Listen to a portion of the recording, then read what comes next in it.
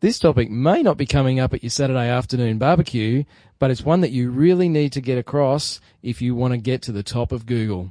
Yep, today we're talking SEO, and we're lifting the lid on what it really means for you and your business. Welcome to the Tradies Business Show, helping you get off the tools and into true business ownership, so you can spend more time doing the things that matter most. Now, here are your hosts, Warwick Bidwell and Michaela Clark. Hi, and welcome to another episode of the Tradies Business Show, episode 12. And I must say today, Warwick, I'm getting my geek on. And I can actually see, Michaela, I think you're blushing a little bit. You've got a bit of a geek crush on today's guest, don't you? I have a little bit of an online crush with today's guest. So today is actually one of those SEO experts, but probably someone that actually knows his shit and knows what he's doing. You mean there's an expert that does actually know their stuff? Yes. So today's guest is Jim Stewart. He's an SEO expert from Melbourne. His company is Stewart Media. And I've been following his videos for years now. He brings out a weekly video, which is a must-watch for anyone that wants to, even if they have a little bit of knowledge of SEO, or even, the people that know it really need to make sure they watch Jim. So I thought it'd be good to get Jim on and talk about SEO. Now, don't fall asleep, guys. This is something you need to know. Riveting stuff. Yes. So, welcome to the show, Jim. Thanks, Warwick. Thanks, Michaela. Very flattered, of course. Michaela, thank you for that lovely intro.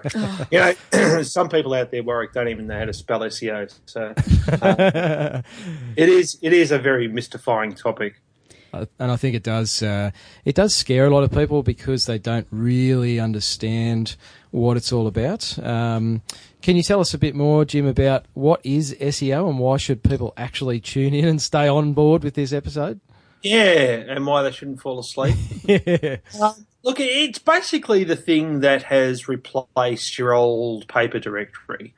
When I was growing up, I got online in about 1992, I guess.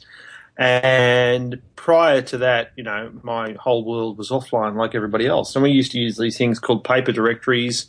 Some of them were yellow that you would open up to go and find a local supplier, a local tradie, anybody local. As probably a lot of your audience would know, there's probably been diminishing returns from that sort of promotion or advertising, and what's replaced it, of course, are the search engines. So SEO is basically just an abbreviation for search engine optimization, and all it means is basically having your website prepared in a way that you're going to turn up for relevant searches in Google. So this is going to get me to the front page. Yeah, pretty much. I mean, people often say to me, why aren't I on page one? And my first response to them is for what? What do you mean? Why aren't you on page one? You said, when I Google. I said, yeah, but what are you Googling? A lot of people don't even realize that for every phrase that people type into the search engine, Google has to go and find a whole bunch of pages with that phrase on them. Now, if your pages don't have that phrase on them, you're not going to be found. It's pretty simple, isn't it? Yeah, but you would think that, I've got clients that want to rank for certain phrases, and they might be pharmaceuticals or something like that, but they're not actually allowed to put the phrase anywhere on their website legally. And they ask, why aren't I ranking for that? It's like, well, we can't use the words. How's Google meant to know that, you want to rank for that? Yeah, yep. So what about, say, a plumber? Yeah. Because everyone's going to have the word plumbing or plumber or pipes or something on their website, aren't they? Yeah, typically. And the thing is, where I would start, if you're a tradie, the first thing that, I'd be asking you is, how far do you want to travel? What's the radius of what you're prepared to travel, and then from there you can start to pare back. So there's some simple stuff that you can do on your site. So you'll see a lot of sites out there, and you'll hear that will have things like plumbers Melbourne 24-hour emergency.com.au, and someone's probably registered that. And you'll see a lot of sites like that, and people go, oh, that's what I have to do. I have to do that thing. I have to get my, that word plumber and Melbourne and stuff in my domain name, bugger my actual company name.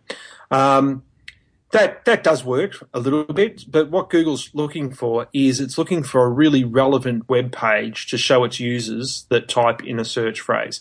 So, for instance, if I'm going to type in roofing plumber, Mornington Peninsula, which I did actually quite recently, and I actually didn't get many good local results. They're all sort of outside my area. I got some from Melbourne, I got some from all over the place, all over the, and it was like, this is a pain in the bum.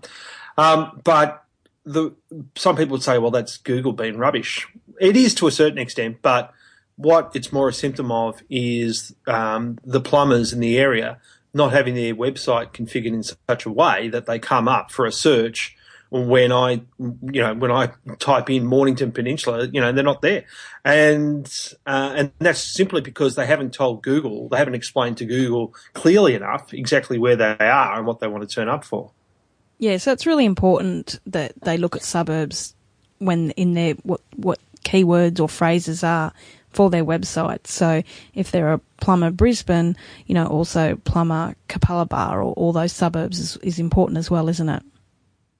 Yeah, I mean, there used to be another technique too where, I saw one the other day. The guy does TV antennas down here in Melbourne, and he'd gone with other SEO companies, and he had basically a page on his website for every suburb that he covered, which is kind of an old trick that doesn't really work. Didn't really work that well at the time.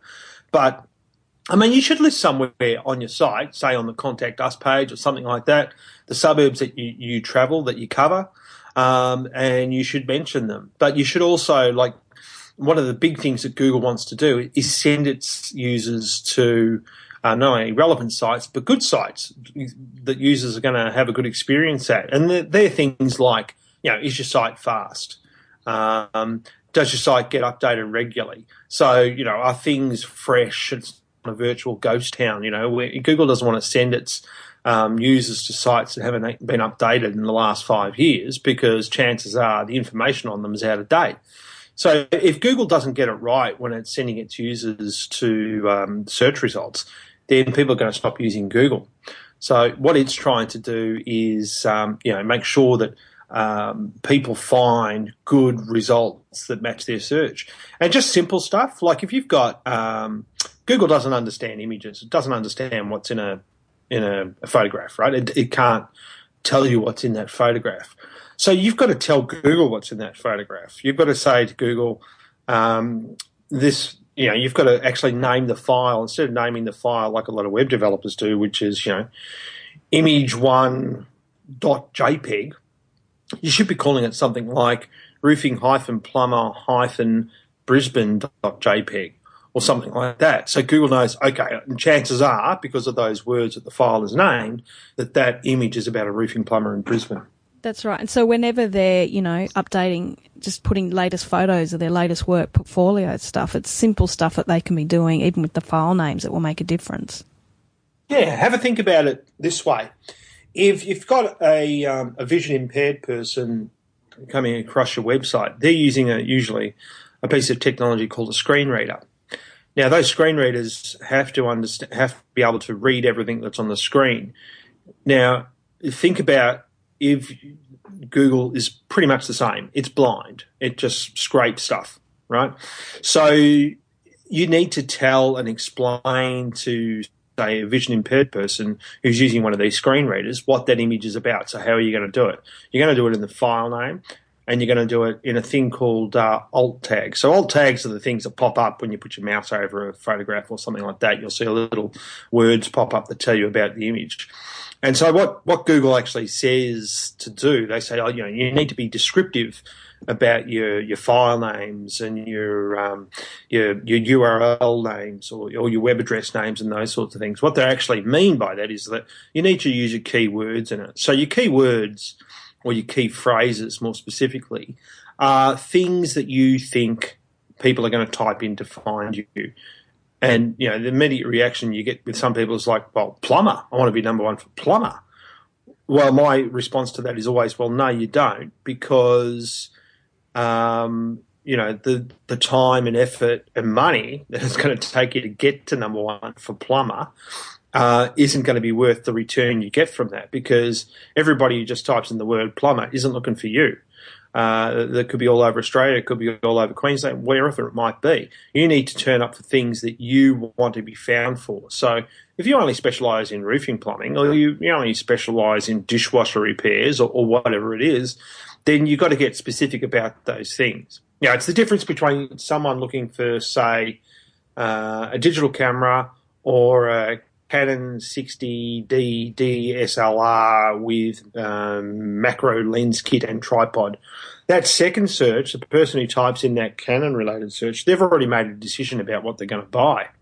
The first person who just types in digital camera is still looking. They're a long way away from making a decision. So, if you're selling that digital camera, that Canon 60D, that's what you want to rank for, because the person's more likely to buy. And that's something I think that mystifies a lot of people, Jim. And I have to say, mate, I'm going to play devil's advocate a little bit here, but I'm starting to get a bit of a headache, mate. I'm feeling a little bit of pressure between my ears, and it doesn't take much.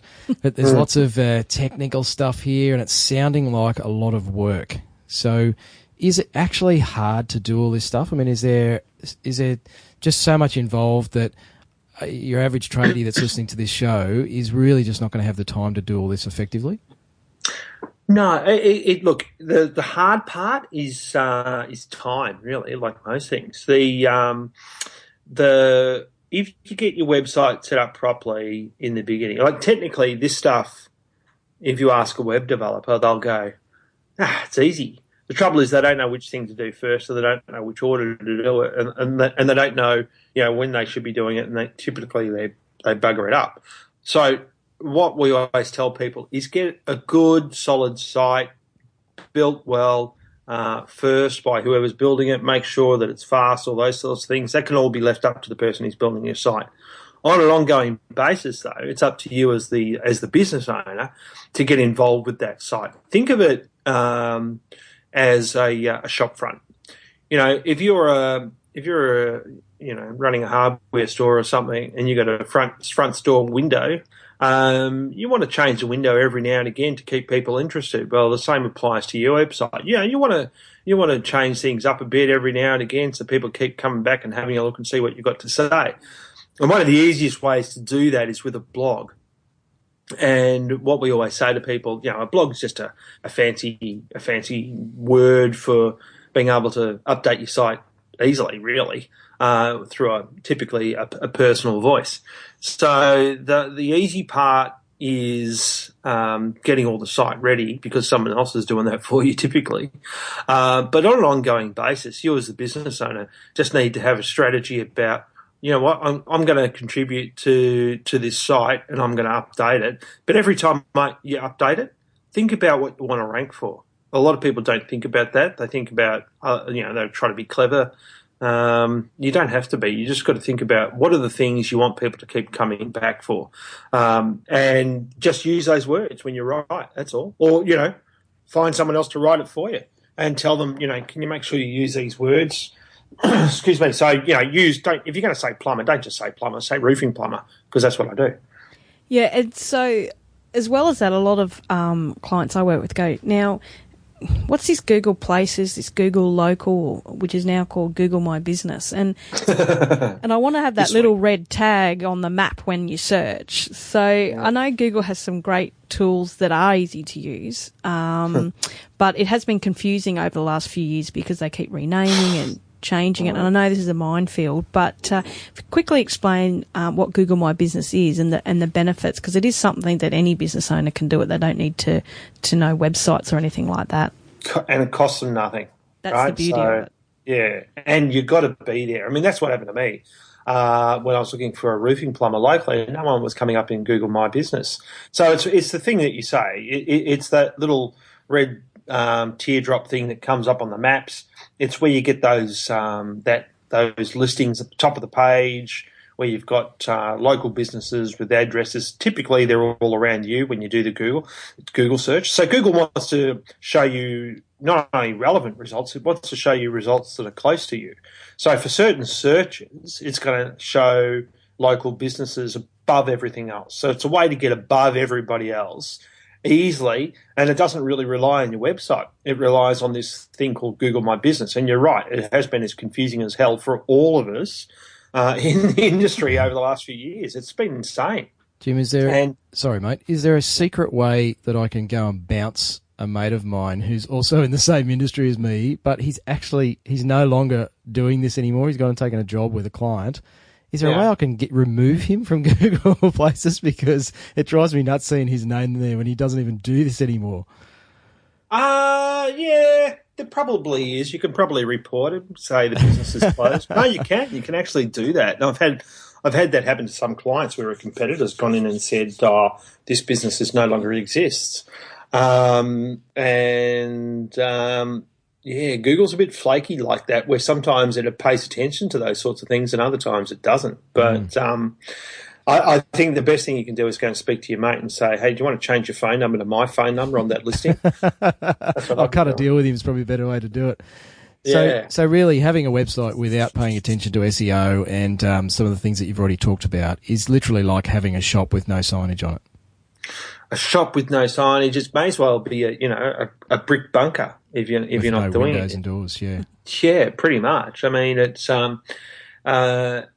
SEO is basically for what we call search engine optimization, or you'll often hear it called Google organic traffic, to separate it out from the paid stuff that you can get from Google. Mm-hmm.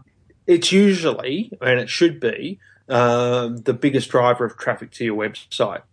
So, for instance, if, we used to always say, you can't be left out of the yellow pages, you've got to be in the yellow pages. Well, people don't seem to say that much anymore, but you do need to be found in Google. You really, really need to be found in Google because, I'll give you an example. I had, and it's not just in your own website, right? It's the Google My Business stuff, but it's about getting online generally, just spending a little bit of time online in areas on the web that you might be interested in. So it doesn't have to be just work.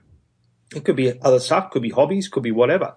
But you get online, you start contributing, you start talking to people in forums and those sorts of things. And I'm not just talking Facebook and Twitter and social media and all that other stuff.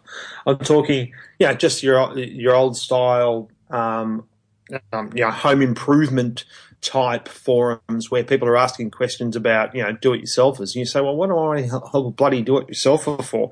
They're doing it themselves. They're not going to be my customer.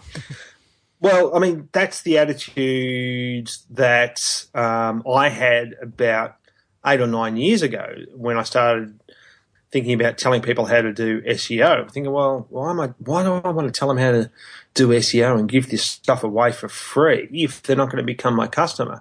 The reason that you do it is because you become the authority in your topic. So, for instance, I've moved to a rural property down the Mornington Peninsula down here, and I found a snake the other week. And so I went inside, Googled it, and I was Googling snakes in the area. Anyway, I found this bloke on a forum, and the message he posted was about, 5 years ago or something. But he was a snake catcher, and he was based down here. And so then I Googled his name, and then I found his website, and then I found his Facebook page, and I saw he had a YouTube channel. And all of a sudden, I want to hire this guy. This is the guy I need to get out here because he's active. He's doing this stuff. I can see the stuff he's doing on YouTube. He looks like he really knows his shit. So I'm going to get him out, and I got him out here.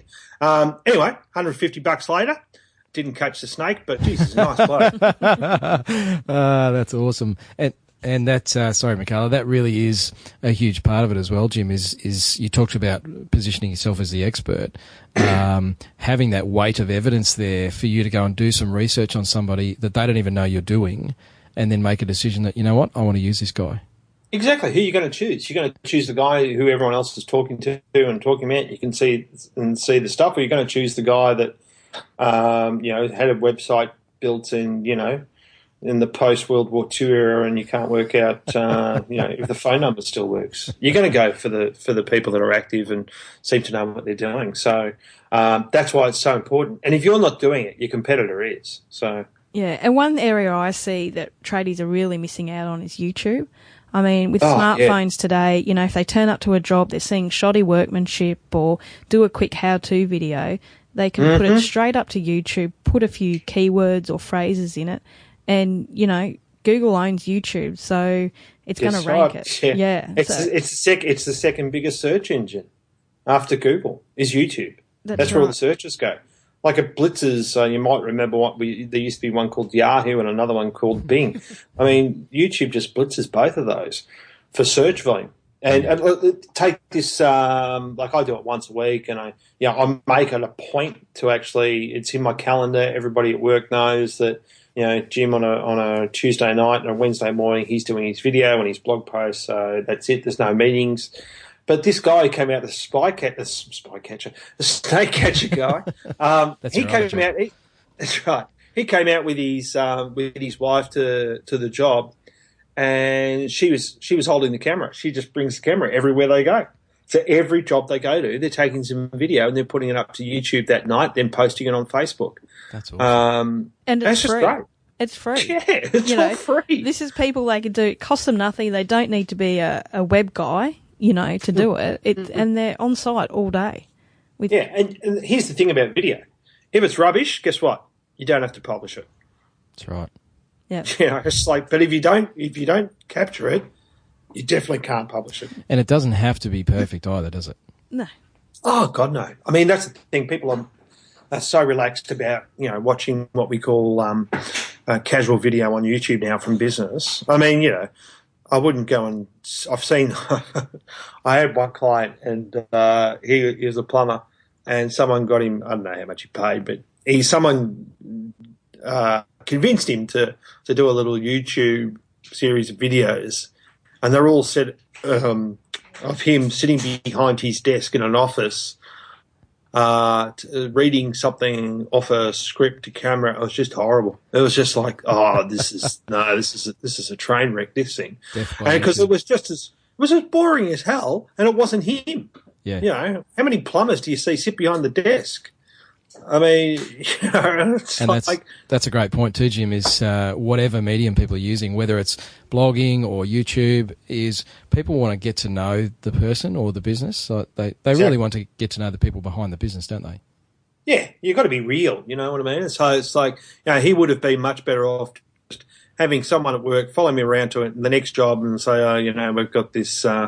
got a septic backed up here. I'm going to have to call in a tank, a pump. We're going to stick a camera down the pipe and water balls up. Just be honest. Just be yourself. You can always edit it later. You know what I mean? You can always take out, if you're swearing throughout the whole thing, you think, that's probably not going to make it onto YouTube. You can edit all that stuff out later. Just be yourself. Yep. So one other thing I think it's a real secret weapon that businesses aren't using is Google reviews. Can I just... Sorry, just make an exception. Don't be yourself if you're normally a dickhead, though. And we won't edit that bit out either, Jim. Yeah. And no cracks. That's right. Oh, jeez. So just touching on Google reviews, which I think is a real secret weapon that people just aren't realising the power of it. So if you want to quickly explain what that is and how, whether you've seen any case studies really come from it, because I have one customer, he's a mechanic, and his ranking's gone up, and the only thing he's done, he's got Google reviews, so that's what he's putting it down to. So do you want to talk a little bit about that? Yeah, we haven't seen anything where you could say, more reviews equals a higher ranking.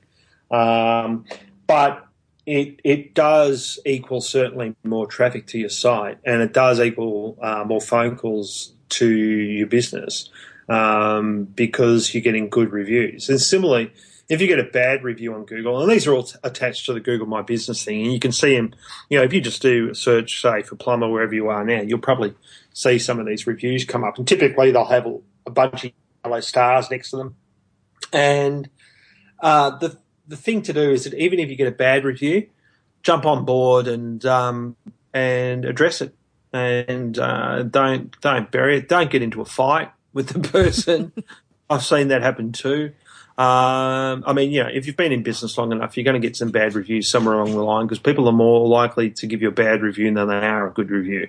It's just human nature. So you mean I shouldn't jump on there and start a slanging match? No, don't start slagging people. That's a bad idea? Yeah, not good. The horrible thing is, I think we've all seen it, haven't we, Jim? People actually doing that. God, yeah. Yeah, it's and one of the things that companies like us do is a thing called online reputation management, which is a fancy term for burying the evidence, basically. But burying the bodies. Burying them pretty much, getting it onto page 2 because no one's going to find a dead body on page 2 of Google search results, that's for sure. And one of the things that people think they're doing is that they'll go and think they're helping. They'll go and inflame the situation, and they'll go and have an argument with the person. But all that does is bump it up to the top of the search results because it's fresh content. So, you've got to be for Google reviews. I reckon it's a really good idea if you've got a happy customer and you've got an iPad with you, or they've got an iPad or something. You say, hey, can you leave us a Google review right now? It's a little bit difficult for a lot of people if they don't understand what having a Google account means, but it's certainly more prolific now with Google sort of giving a big push to Gmail and YouTube and all these other sorts of things that a lot of people out there now have Google accounts. So that's all you need to leave a review on someone's site. Yep. And so I guess we just got to touch on briefly this thing called Penguin and Panda and what I know some of our clients have experienced, that all of a sudden they're on page 1 and then they wake up and the next day they're not even on page 4. So if you just want to quickly talk about what that is and how it's impacted people, and I guess it comes down to some of the biggest mistakes that you see people make.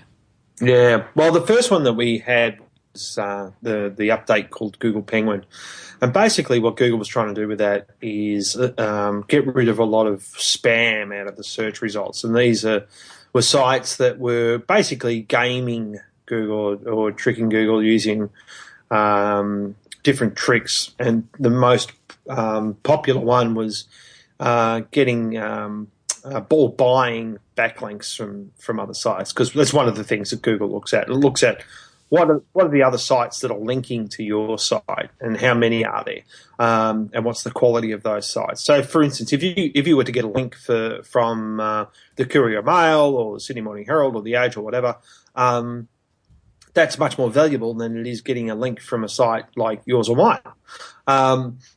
And Google will say, well, that must be a vote from that site. So what a lot of businesses did is they went out and bought backlinks. So in order to stamp that out, Google regularly updates the criteria for ranking. And the Penguin update, the first one came out a couple of years ago and just smashed so many businesses where they just disappeared out of search results. Typically, it will happen for one of two reasons in a business situation. One, the company has hired a really cheap SEO outfit. And the second reason it will happen is if the company has hired a really cheap SEO outfit. And because it's a really cheap and easy thing to do to outsource the whole thing to India or Pakistan or Philippines or somewhere like that. And they just go out and put all these backlinks out there. Google does an update, bang, you get smashed and you get punished, and it's hard to come back from. That's Google Penguin. With Google Panda, that was all about quality. So what Google was trying to do was eliminate low quality search results. So low quality would be things like your site's really slow, or your site's really confusing, or the site has got a lot of duplication in it. So you've got the same page available at all these different addresses within the site. And that's a regular one that goes on all the time. So, and that's basically, I think the last one of those we had was about 6 weeks ago. The Google Panda and the Google Penguin was about October 20 at Google Penguin this year. So really, there is a fair bit involved, and the same way you probably wouldn't want to do your own dentistry at home. It's a good idea to get an expert like yourself to help with SEO. How do we go about picking a good SEO person from some of those that you described that are maybe buying those dodgy backlinks and that sort of stuff? And the million SEO service emails that our guys are getting every day. How do you know the fair dinkum ones? I don't respond to any spam, number one. So, for instance, that's just a rule I've always had when I've been online. If you're spamming me, especially for something like SEO, it's like, well, if you were emailing me about email marketing, maybe, but, you're an SEO guy. You're not going to want to talk to an SEO company. No, but it's like I get the email. I get the SEO spam. I get people emailing me saying, hey, we'll do your SEO for you. Have you ever been tempted to try them out, Jim, to see how they go? Well, actually, Census did ring me up, and they wanted to do our SEO and our pay-per-click advertising. And I even got to the point of making an appointment for them to come out and see us. I said, yeah, okay, that'd be great, thanks. They never turned up. They finally twigged. Yeah, that's right. The rep got in his car and went, oh, hang on a second.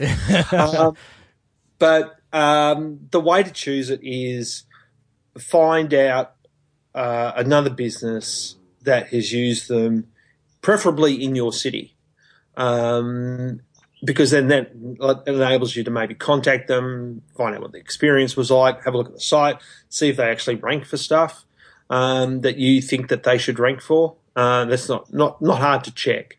And so that's what I would do. You'll get some people that will, you might get some people that are really happy, but they don't know that they're about to be smashed by Google at the next update because the SEO has done some really, really dodgy backlinks. Yep. I would only go, look, there's firms out there that will charge like $50 a month for SEO.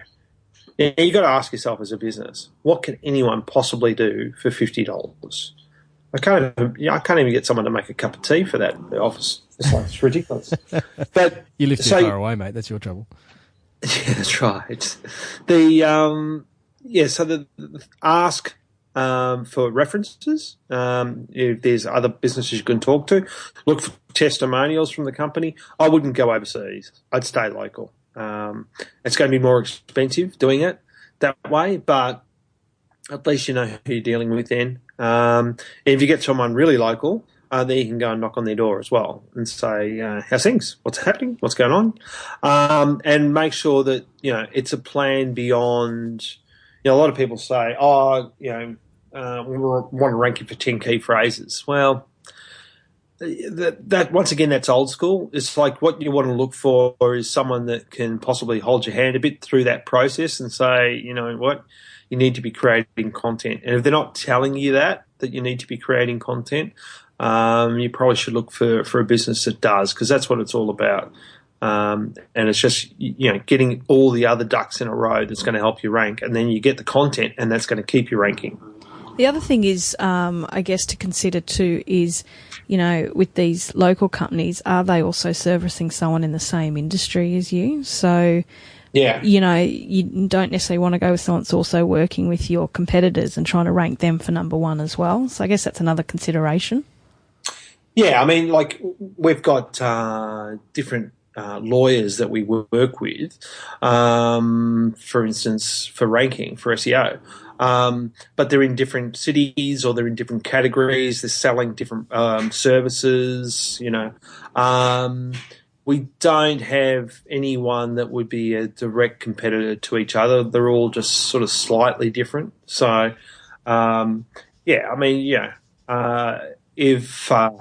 if they're servicing a plumber just down the road or a tradie just down the road from you, and they're a real competitor and they're doing exactly the same jobs, probably not a good idea, because they can access the data, unless it's a really, really big company, because then, the chances are the same people won't be working on the same accounts. Yep. So I guess get your crystal ball out, and what do you think the priorities will be in 2015 with Google? I think there's going to, I think 2015, mobile's big. It's getting bigger. It's the thing that keeps doubling every year almost. Make sure that your site, and I think Google's going to start. It hasn't really started to reward businesses that are mobile capable, or the websites are mobile capable, but it will. And I think that's probably the next big thing that's going to happen with Google. They're going to really start to push the mobile side of things and push sites up that are giving users a really good mobile experience. So for next year, if you're not mobile, I mean, you think about it as a tradie too. Your customers are typically going to be calling you from a mobile phone. Well, how have they found you? If they're out by the front tap where the mains has just sprung a leak, they're probably going to ring you straight away. So what are they going to do? They're going to Google first on their mobile phone. So if your site's easier to navigate, they're probably going to call you. The other thing is what we call social proof, which is basically just other people talking about you. Are people saying good things about you? So that's why I say you've got to get on other areas, not just your own website. You're forever trying to bring people back to your website, but don't exclude. You don't have to be on everything. Like, if you're a tradie, you probably don't have to be all over LinkedIn. But you might want to be on Instagram. You might want to be on Facebook. So there's different areas that you want to play in. But certainly next year, I think we'll start to see Google rewarding more of that social proof kind of stuff, because the whole backlinking thing, which is the thing that used to be the deciding factor, is still getting gamed a bit too much. It's interesting you say about Instagram, because I've been saying that for a while now, and I thought if there's any social network that tradies will use and like, it's Instagram, and there's a lot of them not on it yet. And I think now that Facebook owns it, that they're mad if they're not too, because it's all about just sharing an image just quickly from their phone. And it's easy to use, and I love it. I think in the next 12 months it's really going to be great for this industry. Well, I agree. Look, I don't use Instagram. I've got an account. I don't use it, though, because I'm on a whole bunch of other platforms. And for me, we're not a really visual medium. We do Facebook, we do Twitter, we do YouTube. They're our main ones. But I think for anything that is, I think it's ideal for tradies, because they go into so many different sites and you get to see so many different things. You can, like, for instance, we had when we moved into the property we're in now, we had our water tanks cleaned out, and the guy who cleaned them out found a possum in one of the pipes, and he held up and said, "Yep, found your problem." I mean, that would have made a great Instagram shot. Yeah, and again, no cracks, boys. Yeah, don't do that. But Instagram, I reckon, would be great. Yeah, all the different stuff that people say, and once again, it's about you becoming that authority, because you're the guy publishing all that stuff. Yep.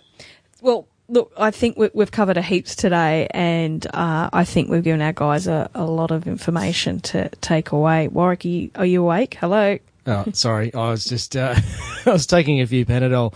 No, that's awesome. And it is, as I said at the top, it's something that I think mystifies but also scares a lot of people, this whole SEO thing, and therefore they just really avoid it and neglect it. And it's really, really critical not to do that. Yeah, I mean, it's just getting that basic stuff right first, and then have a think about, okay, commit to, I'm going to publish one blog post a week at least. I don't know how I'm going to do it, but I'm going to commit to it. And even if look, as you know, Michaela and Warwick, the first month might be painful trying to, but you get into a rhythm. You after a while, it starts to become easier and easier and easier. And there's plenty of other people out there that will do it for you if you tell them what to write about and give them a few photos that you're taking on the job. I know a good company that does that. There you go. So that's one big thing that with our virtual marketing team, they do all that kind of stuff for our guys and all the SEO stuff as well, just to help them keep their websites fresh and updated. Exactly. So there's definitely help out there. So, Jim, thanks so much for your time today. How can people find out more about you? Yeah, just head over to stewartmedia.com.au. That's I can't even spell. STEWART stewart.media.com.au, or check us out on YouTube. If you just type in Jim Boot into Google, JIMBOOT, you'll find all my Twitter handles, my YouTube account, and you'll probably find Facebook as well. So, Jim, you've got a special offer for our listeners today. How can you help them out? Yeah, so for a lot of people that don't know where to start, so we've got a product that we offer a lot of clients that want to dip their toe in the water, aren't really sure about the whole thing, and it's basically what we call it an SEO site audit. So we have our team go through the site and make a list of everything that needs to be fixed for them to rank, and it's basically the thing that you'll get some good if you go and fix everything that's in the audit report. You'll get a good bump from doing that in the Google search results. It's not going to be a long-term fix, but it's going to be something certainly that will get you started in the right direction. So that's $295, and we only get to do about 15 of those a month because of capacity. But it's a good little product, and if people decide to come on board with us for a longer campaign, we take that off the cost of the campaign because it's the work that we do at the start of the campaign, every campaign. Cool. Excellent. So to find out more about that, just go to tradiesbusinessshow.com/12 and we'll have all the details there. Again, thanks. I think again. we've done heaps today, so thanks a lot for your time. Awesome. Cheers. No worries. Thanks, guys. Okay, so really quick wrap up. That's a bit of a longer episode, as we said, but number one thing for me is just get your SEO sorted. Don't shortcut it. Don't ignore it. That's it. I mean, the other thing is just keeping your website up to date and fresh content. And if you can't do it, get some help. Awesome. Until next time, bye for now. Bye. You've been listening to the Tradies Business Show with Warwick Bidwell and Michaela Clark. Want to get off the tools and into true business ownership? Find out how at tradiesbusinessshow.com. Yep, we're talking SEO and demystifying and lifting the lid, you moron.